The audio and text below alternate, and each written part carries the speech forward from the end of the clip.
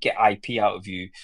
It is definitely a case that you've been known as someone that has got Yeah, something. you're on. Um, I have a personal experience of this because there was a period of time where I noticed a load of people from LinkedIn were actually subscribing to Recruiting Brainfood, but they were all from the product marketing team. And I was thinking, oh, why why are LinkedIn doing this?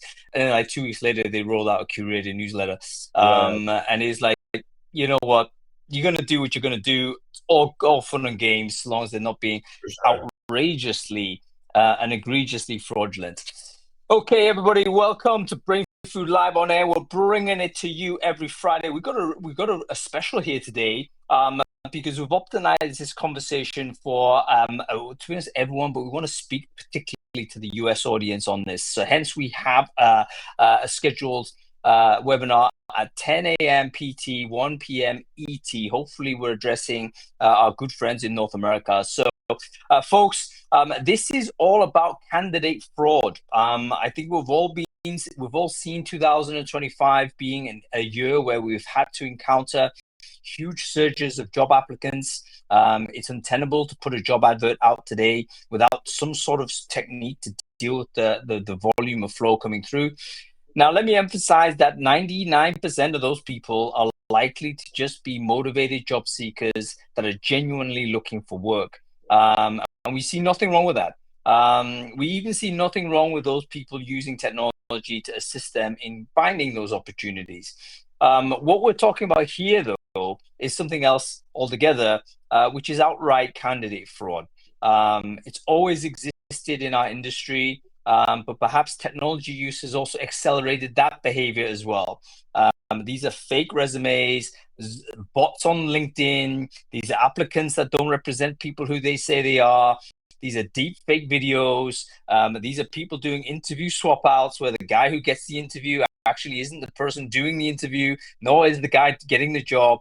That is what we're talking about today. So, folks, if you are interested in this topic, you're in the right place. It's going to be a fantastic conversation. My co-pilot here today is none other than Jason Zoltak. And Jason will actually explain what he does in a minute, but we actually had a conversation a month or so ago which stimulated this dialogue. So, Jason, why don't you quickly introduce yourself? Who are you? What it is you do? And how do we come to talk about this problem?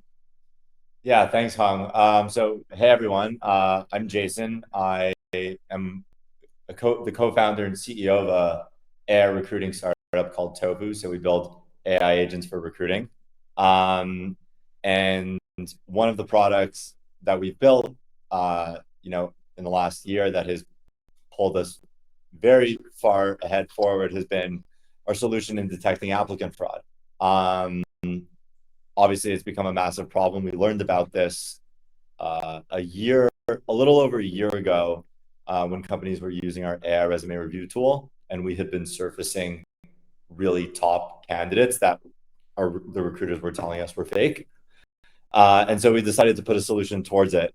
And that, has been the blood, sweat, and tears of work over the last, year or so to make sure that we can deliver a product that's able to tell companies who their best candidates are that are applying to them, but also tell them which ones are legitimate and who they should be speaking to, so that they don't burn, multiple consecutive 30-minute calls with candidates that are possibly stealing someone's identity or fully lying about their work experience or calling in from places that, they shouldn't be and trying to pass off as someone else in order to get a job or for possibly other reasons.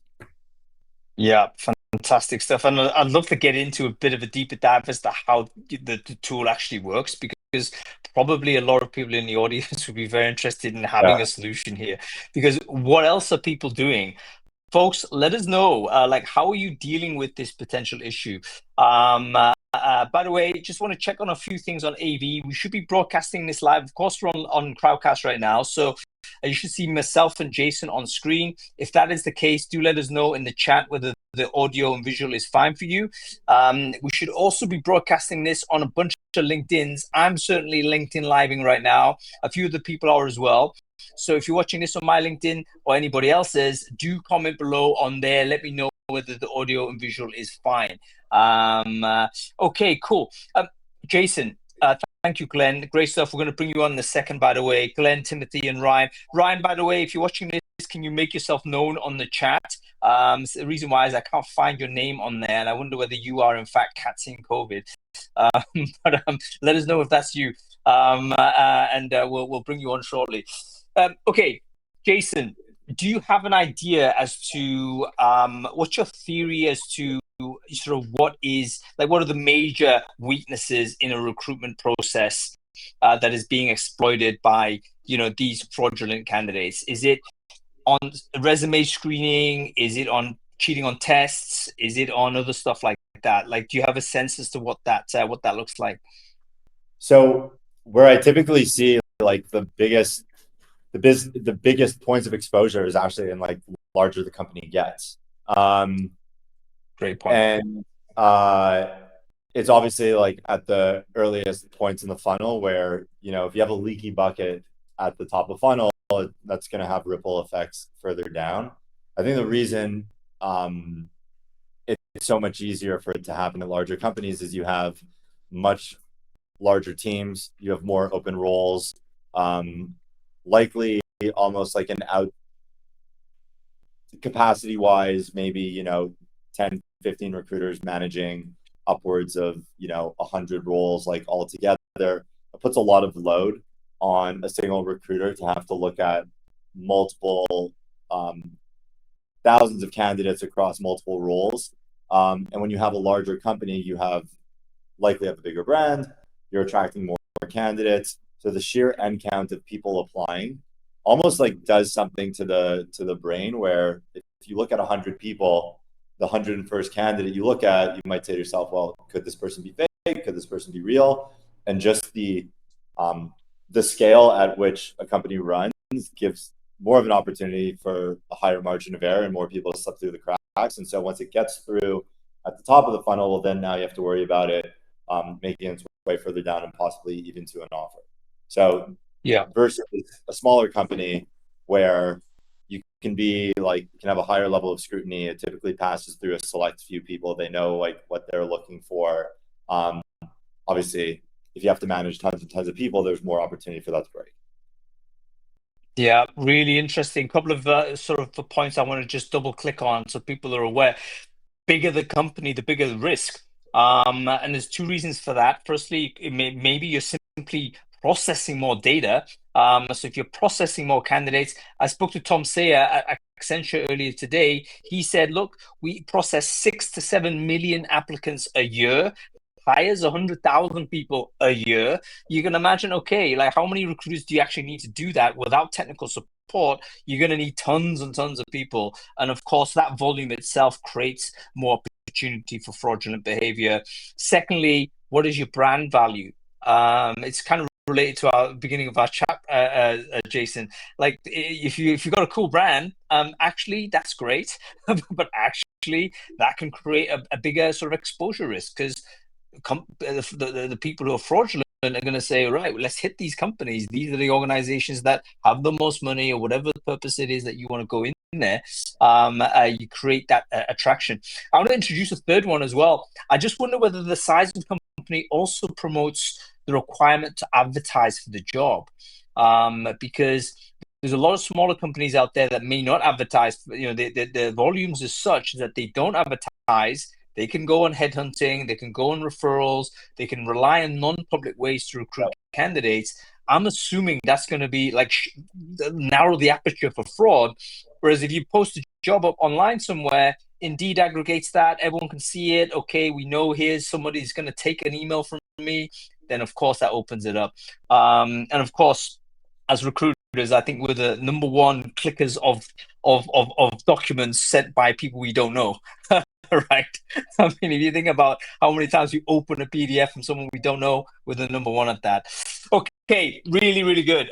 Very good to see. We're going to learn a little bit more about how the product works in a bit, Jason, but let's bring on our guests. We'll have a chat with these guys. These are operators right now who are kind of doing the job. So they're seeing it in the front, sort of via the coalface, so to say.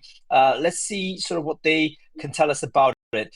By the way, folks, we don't want anybody to think that they need to be an expert here. all just like learning these new things together. This is a very new situation for a lot of us, even people who are specialists in cybersecurity and infosec. They're encountering things that they've never seen before, because guess what? A lot of this stuff is super new, particularly when it comes down to deep fakes and what have you. Okay, we've instantly got everyone together at the same time. I'm amazed at this. Fantastic to see everybody. What a good-looking panel we have, by the way. Can we just give a shout out to how well turned out we all are? Okay, let's just do some intros real quick. Ryan, let's go to you first. Can you quickly introduce yourself? Who are you? What it is you do? Yeah, yep. I'm with Okta, a security company, and I've been there about 4 years, and I'm based in Chicago, and I head up our workforce planning and recruiting ops teams. Fantastic stuff, Ryan. Great to have you on the show. We have Glenn here as well. Glenn, wonderful to see you. Can you quickly introduce yourself? Who are you? What it is you do? Yeah, hi, I'm Glenn, Director of TA traditionally, currently running Talent IP, recruitment events and happy hour and meetup company. Fantastic stuff. And by the way, Glenn has been one of those who's been performing the Sisyphean task of trying to map the talent tech landscape. I don't know whether anybody's seen, was it version 4.0 that you've got to now, Glenn? Firstly, I'm full of admiration for you, but I also kind of shake my head wistfully because I know how hard it is to literally aggregate what the entire world is looking like. Feel free to share your map, by the way. I think it's a really good one-shot visualization as to how wonderfully complex the talent tech landscape is right now. Thank you. There we go. It's in the chat. Fantastic. A labor of love, I hope you realize, Glenn. And we have Timothy Khoo-Jones here as well. Timothy, wonderful to see you. Long time no see, actually. Can you quickly introduce yourself, who are you, what it is you do, and indeed what it is you're going to do? I think you've got a new job on you, Tim. I do have a new job, and a quick primer. Glenn, plus one to what Hung said about the landscape. It's incredibly useful. So my name is Tim Khoo-Jones. Previously, I was the head of talent for Block, and before that had talent operator roles at other e-commerce and large-scale companies. Now, hot off the press, I work for Hillspire, which is the family office of Eric and Wendy Schmidt. So working directly with them across their portfolio, and currently deployed to a rocket company that they recently acquired, helping them organize that organization, figure out people, processes, and a ton of other interesting problems. Sounds fantastic. I'd love to know more about how it works as a recruiting for a space related organization. We have to do a follow-up on that later on, Tim. Okay, quick open question to the panel. Applicant fraud. Let's make a very clear distinction here between people using ChatGPT to kind of get a better applicant. I think that's totally cool. It's no problem using these technologies to improve your personal case. We're talking bad actors. We're talking fraudulent behavior. People who are coming into a recruitment process with an ulterior motive for whatever reason it is. Firstly, have you spotted anything that leads you to suspect that is a problem? And secondly, do you think it will be a problem regardless? And if so, what are you putting together to help you solve this issue? Anybody want to kick this off with us? Yeah, I'm happy to dive in on this one. Definitely is a problem. We're seeing it. I think we first saw it, a year ago, more so on our contingent workforce side, and then we're seeing it, on our employee side as well. So we, kind of noticed this. Our security team actually raised it to us based on some, incidents that happened outside of the company. And we've been kind of on a journey over the last year to really harden and strengthen the process and put in place, some steps in our onboarding process, and then throughout our interview and hiring process, just in terms of enabling our recruiters and hiring managers how to spot, kind of fraudulent activity, and then putting in some steps in the process to really try to identify this.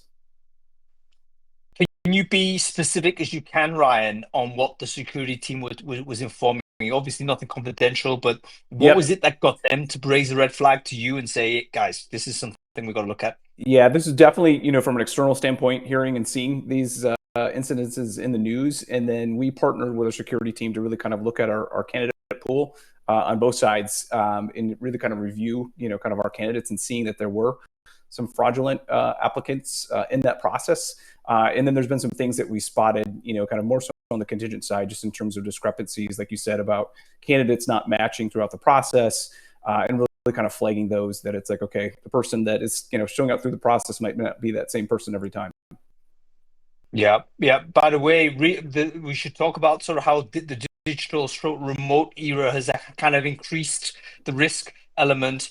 I mean, that 5 years ago, that was probably just an urban myth, right? It was something that we thought, oh, come on, that's a very small instance. But we now realize actually, working remotely, there's a huge sort of vector opened up, because we can't actually validate who is actually doing the work, which is a crazy thing to think about.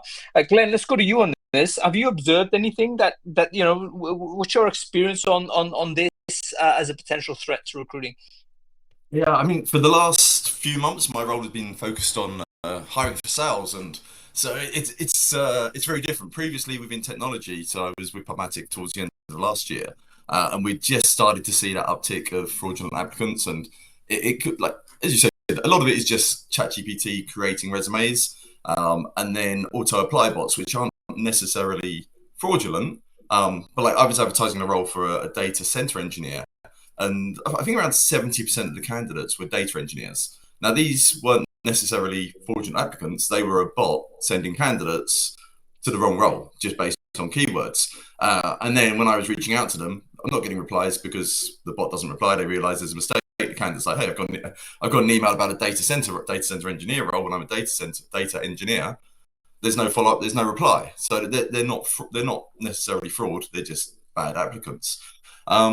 So in terms of what I've been seeing previously when hiring for salespeople, it's very different. It's people just lying and exaggerating and not telling the truth, and that's been a problem for forever. There's always been people that embellish their resume, and there's always been people that will give fake reference details, but you don't see it to the same level within areas outside of engineering and outside of technology from what I've seen so far. You've raised a really interesting point, Glenn. Like sectorally, maybe there's also a risk. We talked about the size of organization earlier when Jason and I were just on the call. We talked about the brand value that actually might attract. It's almost like a honeypot. It attracts a lot of fraud, but also the sector. Like, do we really anticipate fraud for secretarial jobs, for instance, or do we expect fraud for, I don't know, even TA? I would imagine recruiting would be, pretty much, I wouldn't say fraud free, but it doesn't obviously tell me that's the case. But in technology, where you get like skilled technologists that are very fluent with the modern technologies,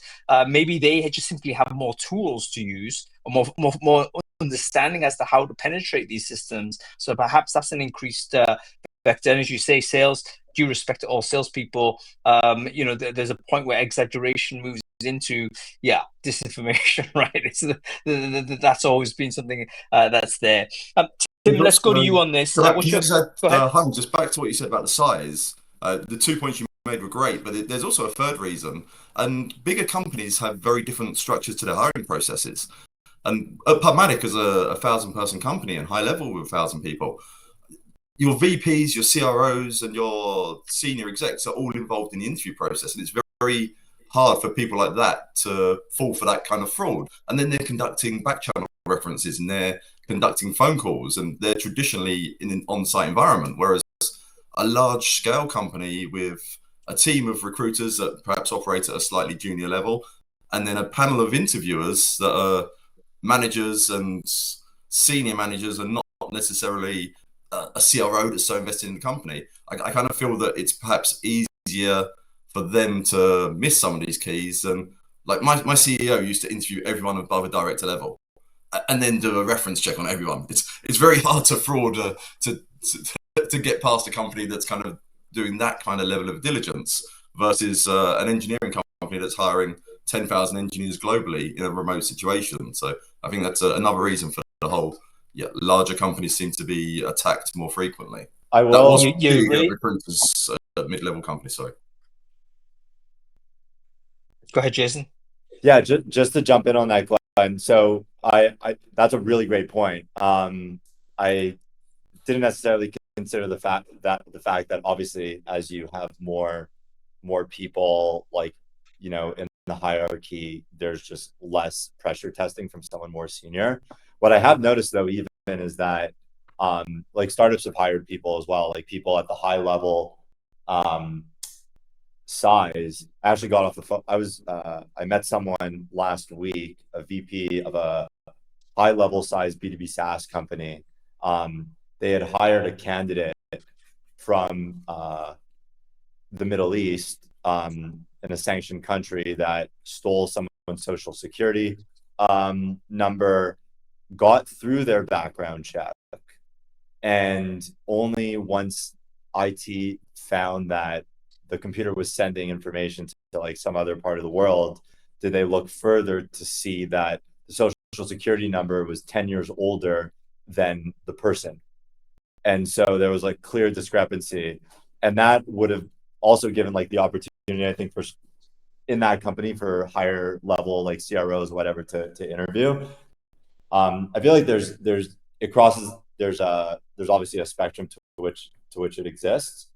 But what I also find interesting is that you mentioned, particularly salespeople, they could be falsifying their experience sometimes just to try to get in to a particular role.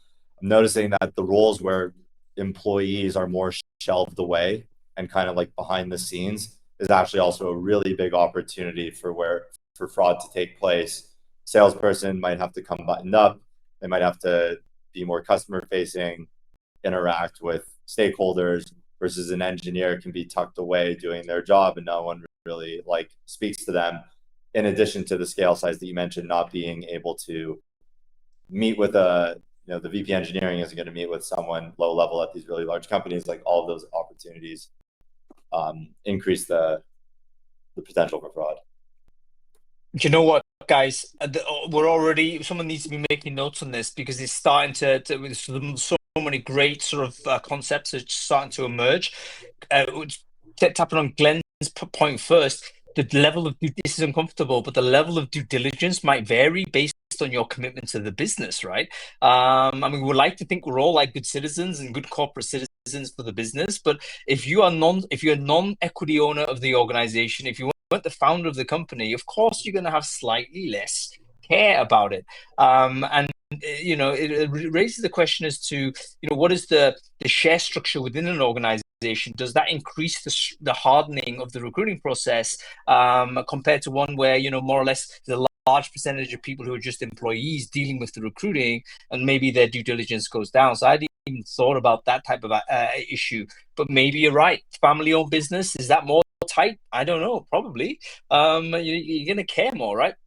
And Jason, you mentioned something about the ultimate visibility of the job means that the fraud may be caught at different stages in the process. So, for instance, let's say a salesperson might be hugely exaggerating on the telephone screen. They might just be either get through the fraud sort of is at the top of funnel, but as they go further down the sort of the recruiting process, they're going to be caught out because they're going to be heavily scrutinized. Whereas, let's say engineering, harder, they're not going to BS at the beginning so easily perhaps, but once they get through that first screen, like no one's going to scrutinize what an engineer does. It's like they're engineers. So we've got to also think, where do we apply the tests per role? Maybe we have to vary that. Anyway, somebody make notes. I'm not making notes. This is important stuff. Tim, let's go to you. Give us your experience on this. Yeah, the first thing I'm going to say, Hung, is I can't hear Glenn when he speaks. So right, okay. I know everybody else can, because I can see people nodding heads. So if I repeat anything that you've said, Glenn, you were first. You're clearly more knowledgeable on it. But I will. I'll do my best. So how did this first show up for me? Well, the first thing I say is I don't think this is necessarily a new problem. I think it is a problem that is getting that is increasing in size. But this has been a challenge for recruiting teams and organizations for some time. I think that there are factors that have made it easier, and I think we've spoken about a few of those. There's this idea of remote work, speed, lower friction in the recruiting process, one-click applications. There's a ton of reasons that this has suddenly become yeah, there's just less friction. It's way easier for people to do it. And then I think about this in terms of like three levels of fraud. The first level I think about is this very simple concept of, is it a person I'm talking to? So you hear about this concept of proof of personhood. Is it a bot? Is it a person? And this has been something we've been solving for a while. There's captchas, there's other technology out there that is designed to focus on that. The next level is identity verification. Am I talking to the person I expect to be talking to? Are they who they say they are? And I think there are different mechanisms for this that have historically been put in place. Some of that's the background check that happens way too late in a lot of recruiting processes. At that point, sometimes candidates have had access to certain pieces of information within an organization and the damage is done. At other points, as a remote organization, you never have the opportunity to see people. I'm sure a lot of people have seen these videos of individuals wearing digital masks during interviews, and there are ways that people have figured out how to try and verify identity. And then finally, there's the things that recruiting teams have been doing for years, which is skills verification. Does this person have the skills that they say that they have? Are they being fraudulent with their experience and their skills?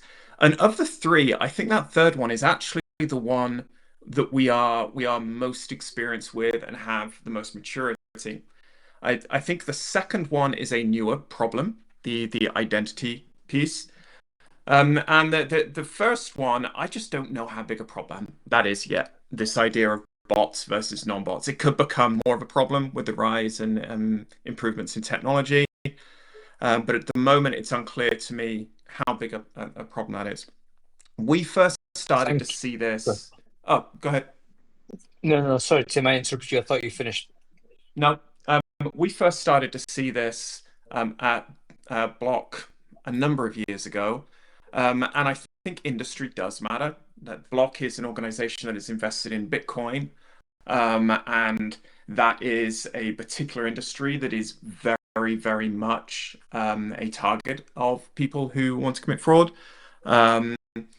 So we started to see it. We got to the point where we were trying to put in place security checks throughout our process. And that's when Jason and I first started talking. We started to take a look at what are the signals that we can use throughout a recruiting process to verify identity specifically. But I don't think the best solution is out there yet. I think that it could be you, Jason, not taking away from what you're building. But I think that this is something that we're trying hard to figure out across the industry. And I'll stop. No, thank you very much, Tim. And you know, we're all exploring this at this point. I agree with you. I don't think there is ever going to be a one size fits all guaranteed, bulletproof way to fix this. Simply because there's so many ways in which people can be fraudulent. Dealing with the point on bot versus non-bot, I want to bring Glenn's point back on mass supply. That there is that kind of weird grey area, isn't there? Where is it really fraudulent? If someone does a mass personalized apply on 1,000 applications, he's not pretending to be someone else, but it's obviously a disinterested, uninvested application because the bot's just taking it on and applied for him. So it's not a bot being the applicant, but it's the bot being the accelerant for a human applicant and operating on that person's behalf. I actually did a call with a guy who built AI Hawk. I don't know whether you're familiar with this. It kind of went viral maybe 4 or 5 months ago, where it was basically a product that allowed this kid to do 1,000 sort of applications, personalized applications to LinkedIn jobs. And he apparently nailed 30 interviews based on that, and then got blasted off LinkedIn because LinkedIn found out that was bad. Anyway, he's come back with a second app, which is an AI agent, which is essentially, okay, here's a bunch of jobs, put your CV up there, and you instruct the agent, and it will continuously apply to jobs for you without sort of your oversight until you say stop. Now, is this a problem? I think if it isn't a problem today, it will be tomorrow, man. Because surely that people are going to use it, right? And it's a continuous application thing. So it's something we need to prepare for in some way. Let's talk about sort of how it's kind of met internally within an organization, guys. I mean, Ryan, let's go to you first. In a strange way, security came to you and said, "Hey, this is a problem." So presumably, by the time you raised it to the TA level, it was already accepted as a problem. Tell us a little bit about how that conversation went. Did everyone rally towards it, or were there some people kind of casting doubt or whatnot? Yeah, I definitely have the easier job in that sense that we are a security company, and we have one of our cultural tenets is, always secure, always on. So it definitely was an easier sell to get people behind this.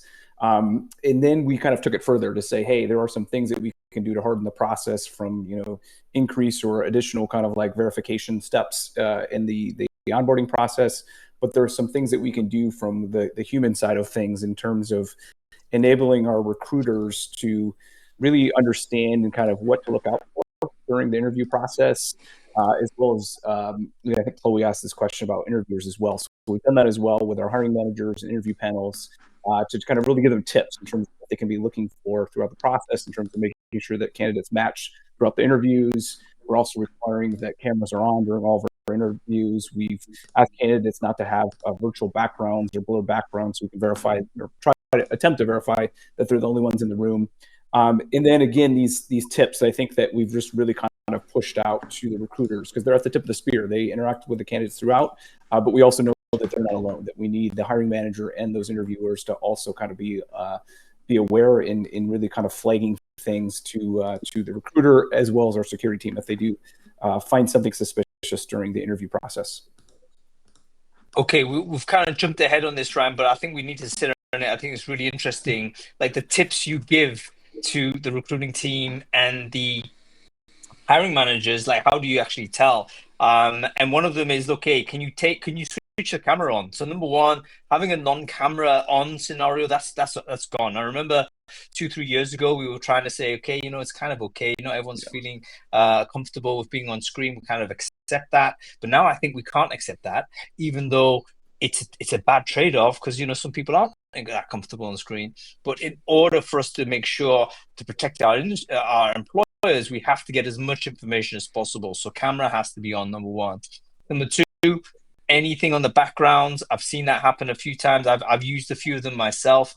Sign of being, it's dishonest, right? I mean, this is how it's difficult because Zoom actually encourages you to do it, but it's kind of dishonest. It's got to go.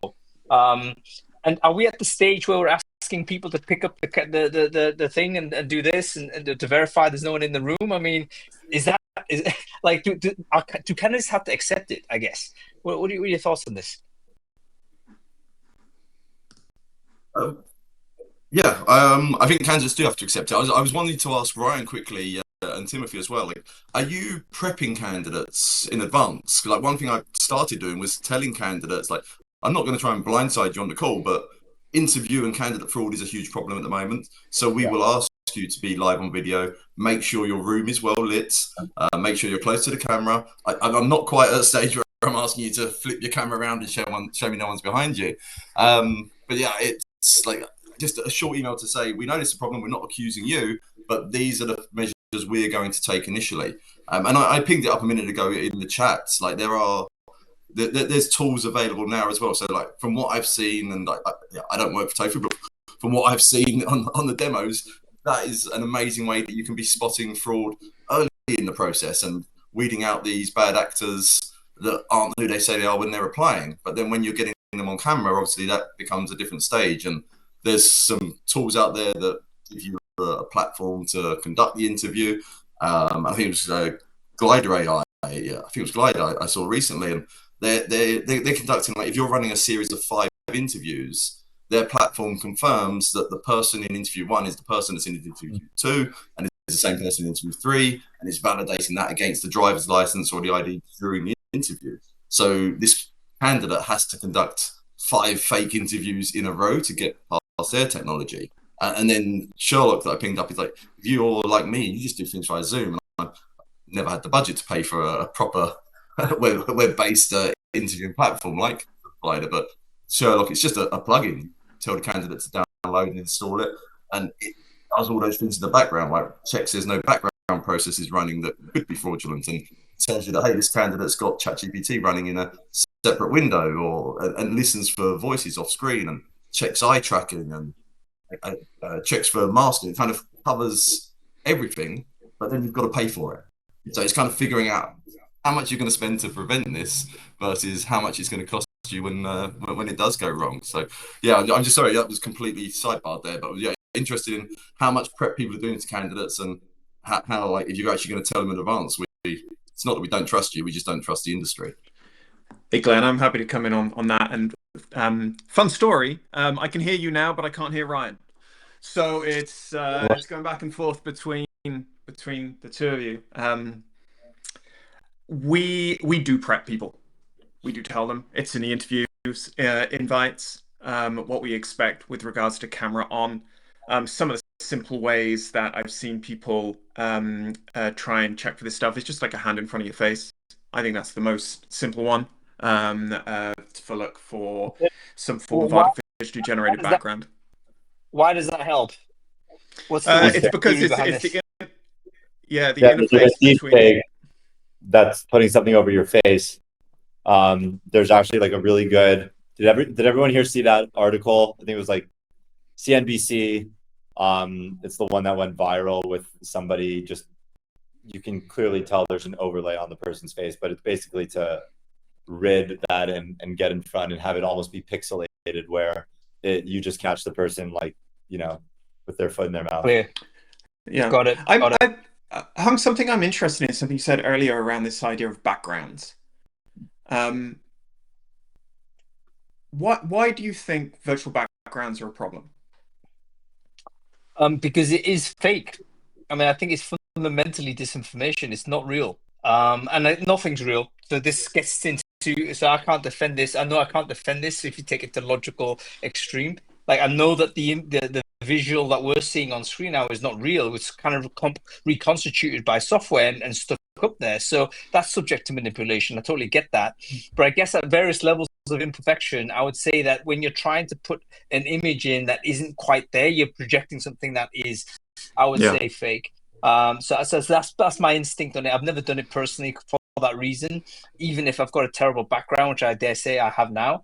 But it's like when it started coming in, it made me feel, you know what, I wasn't comfortable with this simply because we're moving down the world where we're distrusting the digital side of it. Now maybe we end up in 2 years time, 6 months time, who knows, where we literally can never trust anything that's digital and we have to roll it all the way back to analog. Who knows? But right now, I'm kind of holding the line on that. Yeah, I've heard a few different things around this. One of the things I've heard is actual like in-person interview centers. Yeah. So they can still be remote, but you have to go into a center, which may be run in each city. You have to verify your identity, and then you join. And it's an equalizer in some ways because everybody has the same quality of technology, audio, video. But you do have to pre-verify before you're able to join. I don't know if you're planning on getting onto this piece, but something that's on my mind at the moment is, what does a recruiter do if they think somebody is fraudulent? It is a tough spot to be in. Do you just end the call? Do you ask for certain verifications? Do you flag it with security but complete the call if you have a inkling that this person might not be who they say they're going to be? I think that is one of the biggest challenges at the moment is, what do we expect these people who, to your point, are often first line conversation with these candidates?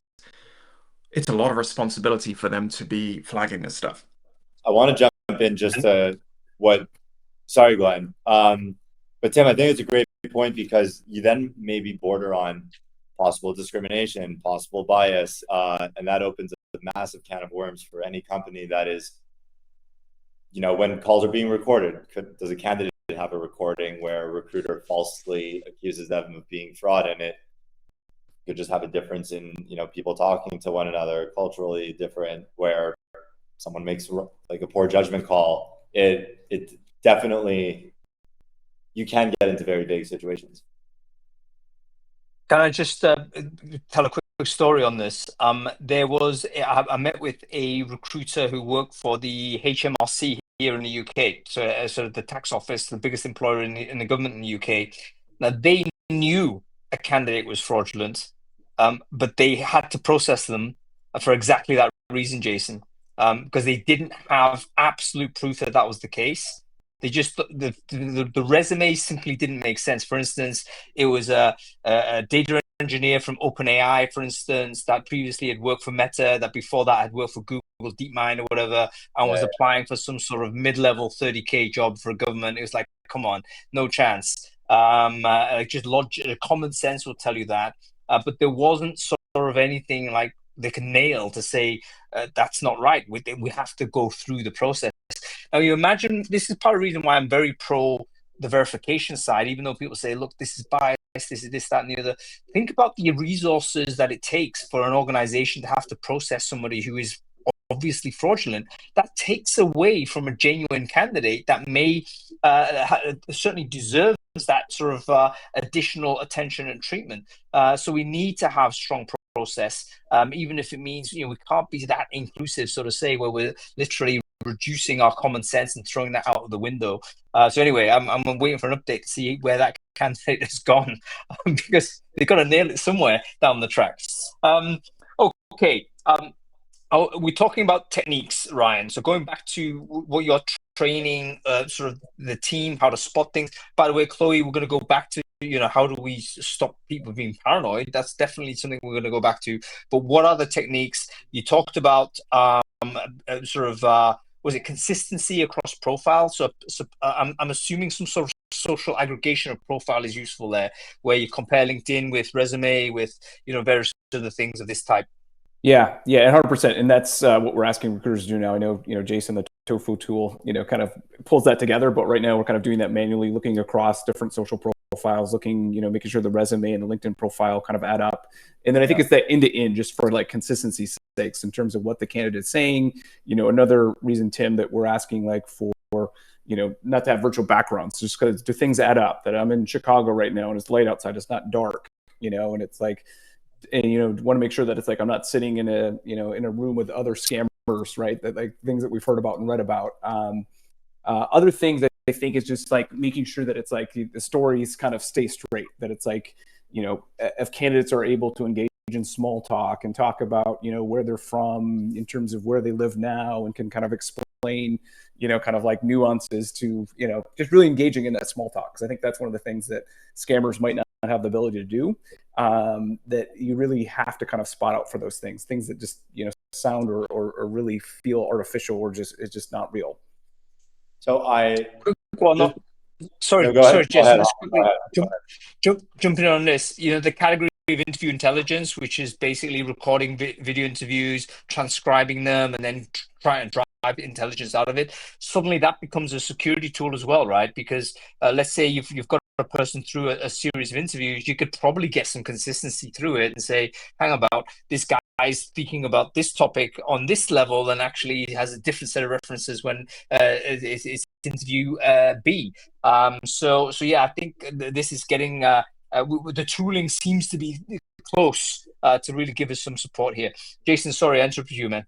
Yeah, I wanted to put this to everyone, Ryan, Glenn, Tim. Now that AI interviewers are a thing, what's the propensity to send candidates that your recruiters may not be so certain about when it comes to application review, an AI interview, just to see how they interview with the bot, probably not waste your recruiter time, and then use that to review, the call. Maybe it takes you 60 seconds and decide, okay, this person looks legitimate, things seem to be checking out, I want to get on the phone with them. Obviously, I know there's lots of legality around adopting, just AI as a whole into an organization, but has that been something that you've thought about? Because actually, I had a call with a company this week that, in the absence of having a tool verify identity at the top of funnel during application review, that's exactly what they're doing.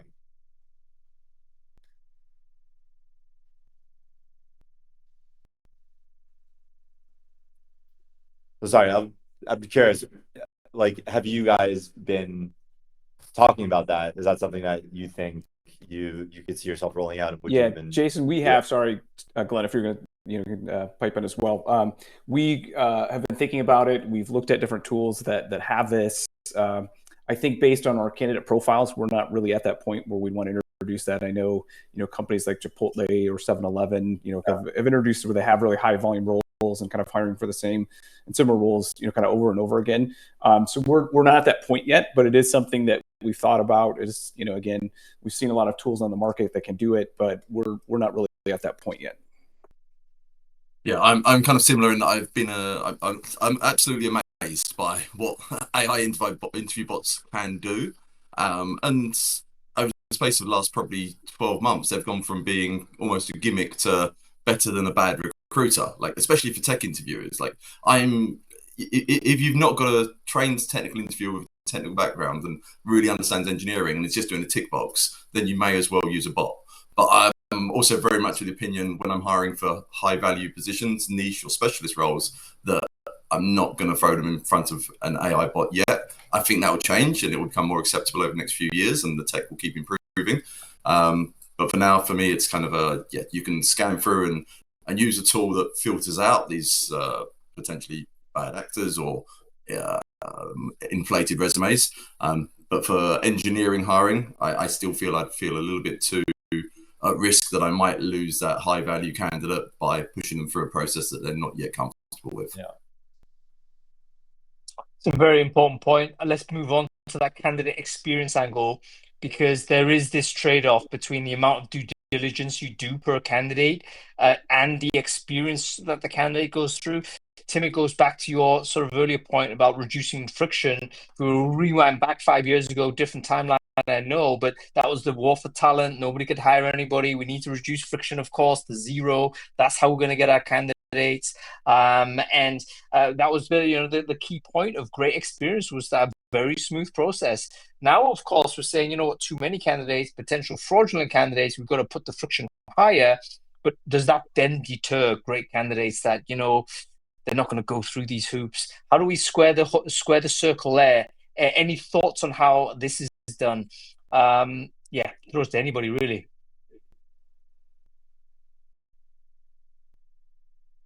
I'm happy to jump in on this. I do think friction has to increase. I think on a whole, applications have become too easy, and there's a whole bunch of implications of that. The first one, or one that comes to mind, is it's really hard to tell the good candidates from everybody else if it's just massive volume. So the pressure on screening technology, at prior companies, we can receive 1,000, 1,500 applications for a software engineering job within 24 hours. And you're under pressure to work your way through those and determine who is the most qualified person, but it's also just a pure kind of speed and volume game. I think that we need to find ways to qualify candidates through the application process. You get to hear my dogs in the background. I hope it's not too loud.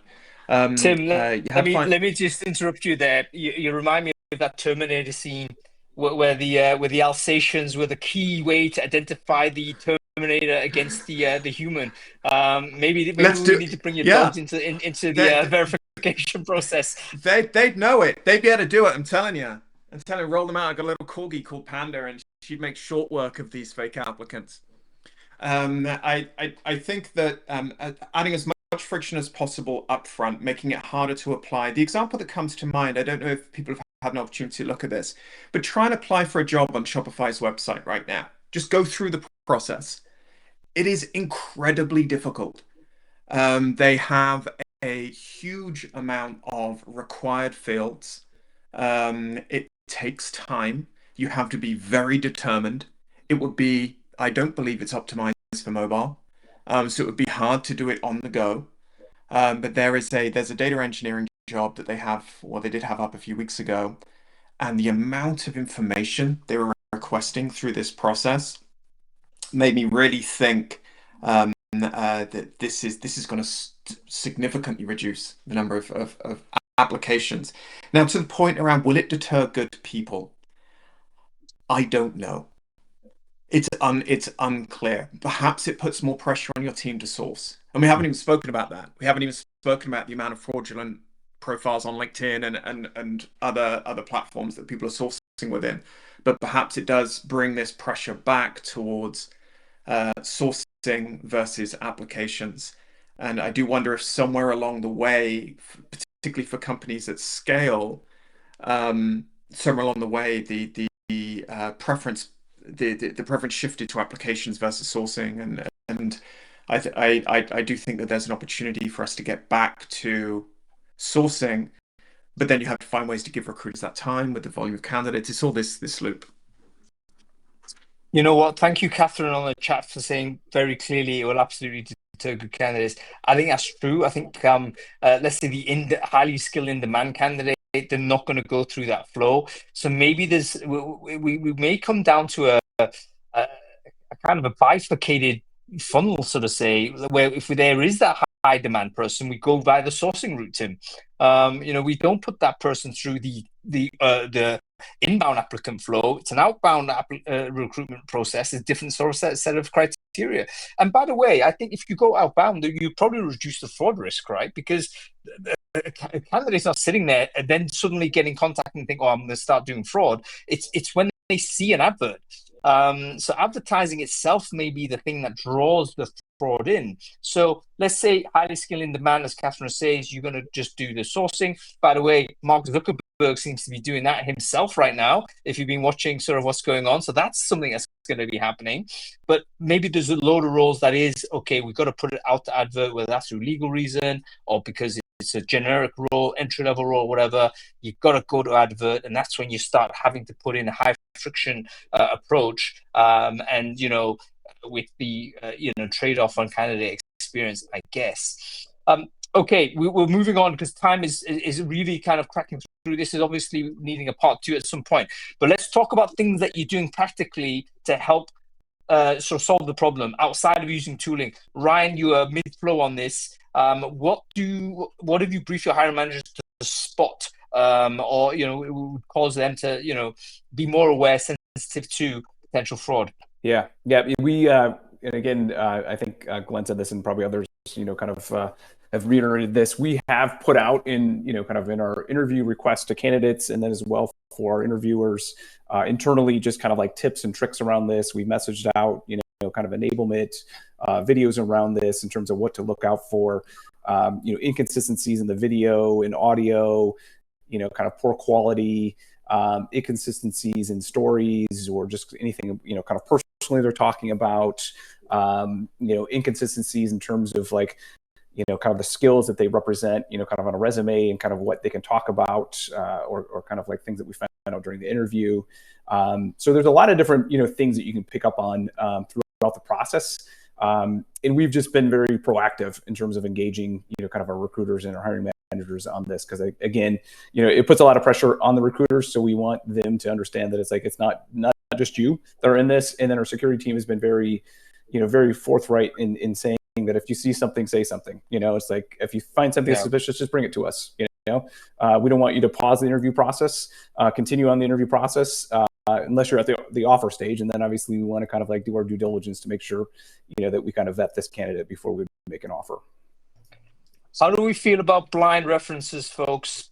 With this controversy on this, like, do we go around and start calling up companies and saying, hey, do you know this person? In the UK, you can't really do that. I think you've got to get permission from the candidate, and the candidate's actually then citing the sources. But a blind sort of reference is typically around the back. You're not speaking to the candidate per se. You're just calling up ex-employees and saying, hey, ex-employees, should I say, and asking those questions. Definitely would help verification, but is that sort of intrusive? What's our feeling on this? Definitely intrusive. Very much a West Coast VC thing, I think. Like when I moved out to California, I was shocked that it even happened, and very quickly realized that it seems to be kind of almost standard or expected in the startup and VC world over here. Right. Yeah, and it is a very useful. It's a very useful way of verifying people. But yeah, 2 very quick stories. Firstly, I lost a general counsel candidate because the back channel phoned her up and said, "Hey, I've just been contacted about you. I hear you're on the market." She then joined that company, and the back channel reference lost me a GC candidate that was worth quite a lot of money to us. And I've had another back channel where the CEO of the company said, "No, don't hire this person." I got a reference from their direct manager who said they're fantastic, and the CEO then replied with, "Actually, I never really even worked with that person. I just heard some bad things. But if the hiring manager says she's great, take his word. He knows a lot more about her than I do." So whilst I made some, and just to be clear, I've never conducted these references. They were always done at a senior level. It's not something I endorse in any way, but have seen the value of it when it's worked. People are doing them anyways, as it stands. Like a lot of recruiters that I talk to, the recruiter community is small. They're reaching out to friends at companies. Has this person ever worked there? And like this seems to be almost operating in this gray area where people are trying to help one another, and they're using that as a way. I've also heard of people messaging the candidates on LinkedIn to ask if, hey, have you applied to this job? And some candidates have responded no, where that's because someone has actually taken their identity, falsified it, and they're using someone's LinkedIn when it's actually not the person applying, and they had no clue that their name was being used for an application. I think we're heading towards a world where we all have to be a little bit more forgiving as to what might have been perceived as outrageous like 5 years ago. But we all kind of think, okay, yeah, the fraud risk is right there. It's very difficult. Folks, we've only got 5 minutes of this call left, so I just want to just bring us to a round robin on this. Jason, actually, before I know that we haven't even talked about this, but is it possible for you to demo sort of how tofu works? Is it demoable on screen right now or not? It is demoable on screen. We don't have to do it, but I'm interested. I'm interested to know sort of how it works, because I think a lot of people in the call might be thinking, okay, great, all of this looks like a complete mess. We do need a tool to support us. So if there is a tool to do that, that would be very good to know. But have a think on that and what you want to do. But let's go to Ryan, Timothy, and Glenn on this first. Let's give a takeaway. Someone listening to this call right now and they're thinking, yes, we need to harden up our recruiting process. How do we do that? What's your one piece of advice you would give to that person? Ryan, do you want to kick us off with this? Yeah. I'll just kind of reiterate again the fact that it's not just the recruiter's job. It's really kind of everyone's job in the process. Engage the hiring managers and engage your interviewers, make it easy for them, put together guidance, tips, best practices around this. It really doesn't take a lot of effort to do it. And I think, again, it's just kind of like reminding them on a frequent basis that they're all playing their part in this in terms of securing the interview process. Yeah, perfect. You got to bake it into the organization. If you're a manager, an interviewer, if you're involved in the recruiting process in some way, part of your job is actually security. It's part of quality of hire, right? That's wrapped into all of this. Glenn, your one takeaway. Balance the speed of your process. Unfortunately, as recruiters, we always want to move quickly and get candidates through a process quickly and get an offer accepted before another offer comes in. But like frauds and any kind of scam, they're always based on moving too quickly. And fraud, I think they're saying fraud thrives when you move too fast. So just make sure you're doing your diligence throughout the process, and don't be afraid to slow it down to make sure something's right. Yeah, really good. Leaders have got to just bring this up internally. I know we're all getting pressured to move faster, do more with less, etc., etc. But there's a price to be paid for speed, especially as we're seeing this emerging kind of threat grow as these tools become more ubiquitous. That's obviously something we have got to take leadership in, we meaning TA and HR. Okay, Tim, a final word to you, a bit of advice to someone out there listening and thinking, wow, we need to, our security process when it comes to recruiting. Yeah, I think what Ryan and Glenn have shared is spot on. I think the concept that I land on here is trust but verify. So getting to a position where we want to default to trust wherever possible with these candidates, but we also have a responsibility to verify. And you have to define what verify means within your organization. Does it mean verify in a physical manner? We see this person. Does it mean tools to verify via technology for remote interviews? Does it mean other aspects of verification? And then I also think transparency is important. We referenced this super early. I do think it's important that you let candidates know that this is important to you as an organization. We haven't spoken about the flip side of this at all. We very much spoken about candidates are the problem. There is a whole nother problem going on right now, which is recruiter fraud. People saying that they work for companies and they don't work for companies, and there's a whole nother thing going on over there. Part Um, two, Tim. part We're going to two, do part two. Let's do it. Fantastic. By the way, I think that was the biggest takeaway for me. If you're transparent with it, you say we care about security. I think that in fact becomes an employer branding plus point. And then suddenly, if it's candidates will see that as a sign of quality, a quality organization that they want to join. If you explain the security procedure to them, so that I think solves a great deal of these problems. Okay, cool. Listen, we've got to let our friends go. So Ryan, Glenn, Timothy, thank you so much for your time. Wonderful to have you on panel. I'm serious about part two. I think we probably need to keep going with this. This is going to be an ongoing conversation. So hopefully you'll be happy to join us and having a further dialogue on this. But Ryan, thank you so much for joining. Wonderful to see you. Glenn, great to see you as well. Keep cracking over the map, by the way, in high demand. So keep circulating that thing around. And Timothy, great to see you. Let's keep in touch, and we'll catch you soon. Jason, final words to you. What are your concluding thoughts as a person that's trying to solve the problem from a product side? Well, I want to touch on one thing that Tim said, which I really liked about the transparency piece, because there's also another thing to consider with applicant fraud is the disadvantage it puts against real applicants, right? If you're a real applicant applying to a job, now you're having to worry about fake applicants creating so much noise in the application pool that you actually can't even be seen.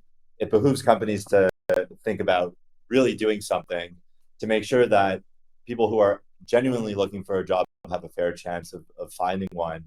And so I think it's incredibly important. And I think we're, given that, COVID set us into this remote world, AI is making it easier to apply. I think a new etiquette is just naturally going to emerge, where there is probably some type of authentication that will be built. Maybe we will, where, in a Okta type fashion, right? SSO, okay, do you validate and authenticate yourself before going into an interview? Maybe that's with, some type of product that exists that's almost like a digital passport for candidates or something of that matter. But in the effort of transparency, I think for organizations, there needs to be checks and balances across the entire area of the funnel, right? Like, don't just use a Tovu top of funnel tool to verify candidates. Like, I'm not going to sit here and say that it's the only thing you should have. You should have something throughout the process. You should have more thorough background checks, which I'm also on the fence on with regards to background checks, because I've been reached out to do background check verification as an employer, and some of the background check companies that have reached out to me to do it's been incredibly weak, where I could see someone very easily bypassing that. So right, there needs to be lots of checks and balances along the way, and it's not just something to invest in at the top of funnel. The top of funnel is where you're going to save a ton of time by just taking the full pool and chopping it down to a manageable amount. But then throughout that, you also need things along the process, and not just worrying about it at the top.